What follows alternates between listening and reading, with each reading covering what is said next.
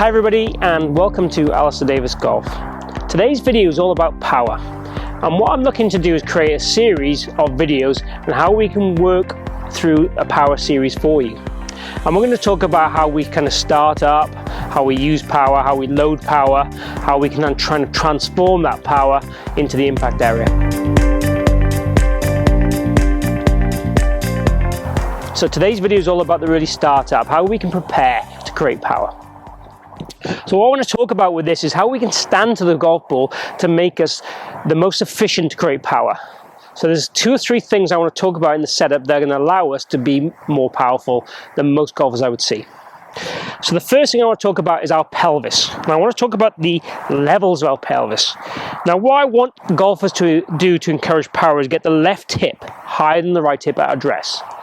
This will allow you to rotate your spine into the backswing correctly.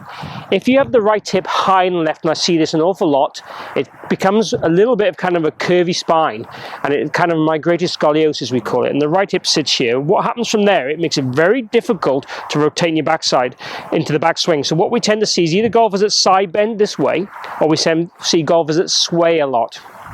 So getting the left hip higher than the right address is key to allow you to rotate into your backswing correctly. So if you take the club and put it across your groin, and then from there just get the lead side, the grip side in this case, to point up towards the target a little bit more, that'll get your hip in the right place in order to allow us to rotate into your backswing correctly.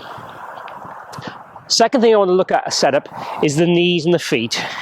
So quite often I see a lot of golfers will set up the golf ball with the knees in like this.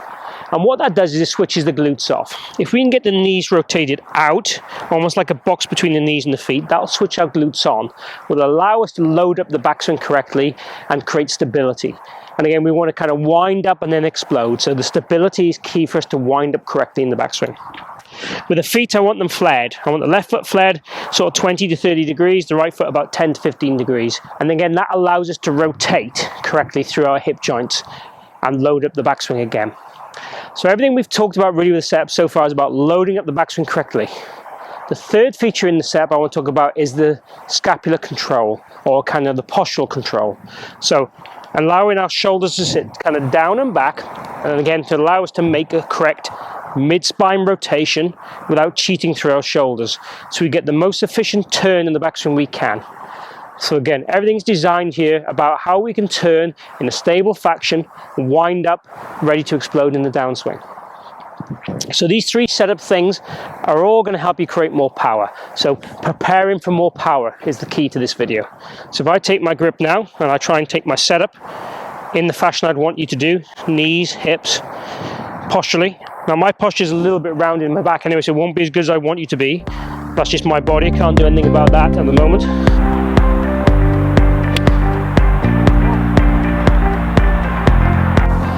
So keep your eyes out for the second video, which will be all how we load up the power in the backswing using our wrist correctly. So if you've enjoyed the video, please click like down below. If you haven't subscribed already, please do so. I've got regular content coming every single week. And post any comments you have in the box down below, especially videos you want me to cover in the future. I'll keep watching for the rest of this power series. Let's get you hitting the ball further. Thanks for watching.